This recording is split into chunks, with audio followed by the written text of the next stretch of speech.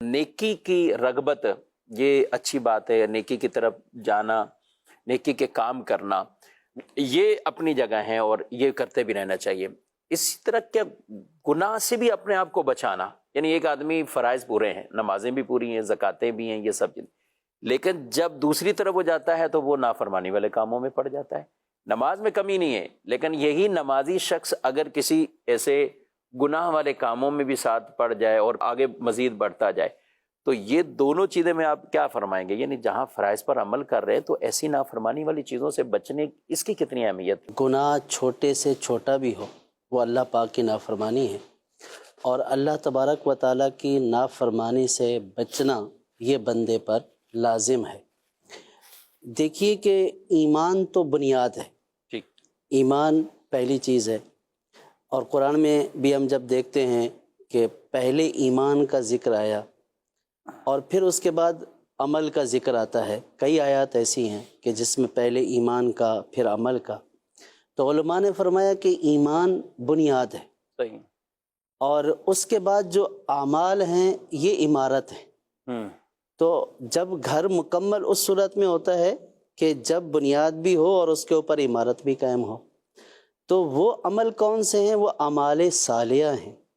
اعمال صالحہ سے ہی بندے کے ایمان کی عمارت گویا کہ مکمل ہوئی ہے۔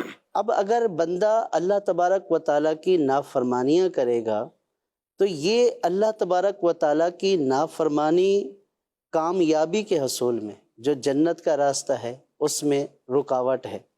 بلکہ علماء نے فرمایا کہ یہ جو نیک اعمال ہیں یہ گویا کہ جنت کی سواریاں ہیں، کہ جنت کے راستے میں بہت ساری گھاٹیاں ہیں۔ اب ان گھاٹیوں سے بندہ نجات کیسے پائے؟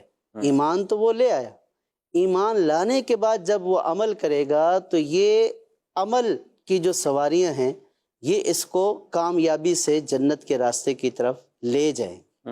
تو اب اگر کوئی اعمال صالحہ کو چھوڑ کر گناہوں میں مبتلا ہو جائے، اللہ پاک کی نافرمانی میں مبتلا ہو جائے، تو یہ گناہ اس کے اعمال کی تباہی اور بربادی کا سبب بھی بنتے ہیں، اور بعض گناہ تو ایسے ہیں علماء نے فرمایا کہ وہ بندے کے ایمان پر خاتمے نہ ہونے کا سبب بھی بن جاتے ہیں۔ بعض گناہ ایسے ایمان بھی ضائع ہو سکتا ہے، ایمان بھی ضائع ہو سکتا ہے۔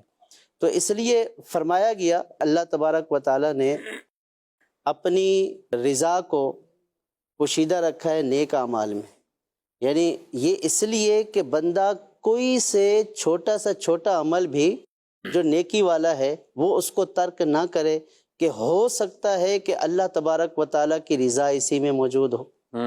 اور اسی طرح اللہ تبارک و تعالیٰ نے جو ہے وہ اپنی ناراضگی کو نافرمانی میں پوشیدہ رکھا ہے۔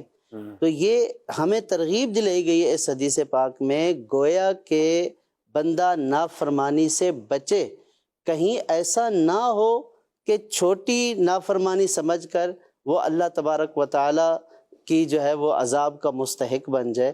تو گناہ یہ اللہ تبارک و تعالیٰ کی ناراضی کا باعث ہیں، تو اس لیے چھوٹے سے چھوٹے گناہ سے بھی انسان کو بچنا چاہیے۔ اس لیے فرمایا کہ چھوٹی سے چھوٹی نیکی چھوڑنی نہیں چاہیے، اور چھوٹے سے چھوٹے گناہ سے بچنا چاہیے، کرنا نہیں چاہیے کہ یہ سمجھ کے کہ چھوٹا ہے۔ جی، کیا پتا کہ وہ چھوٹی نیکی بندے کی بخشش اور مغفرت کا ذریعہ بن جائے۔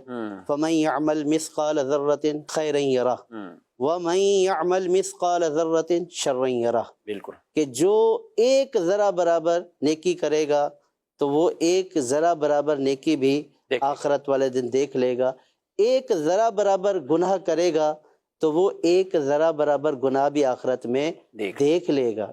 تو اس سے ہمیں پتہ چلا کہ انسان کو اعمال صالحہ کی طرف رغبت کرنی چاہیے، اور برے اعمال سے، اللہ پاک کی نافرمانی سے، گناہوں سے انسان کو بہر صورت بچانا ہے، کیونکہ نیکی ہی کامیابی والا راستہ ہے، گناہ تباہی اور بربادی اللہ پاک کی ناراضی کا ذریعہ بن جاتے ہیں۔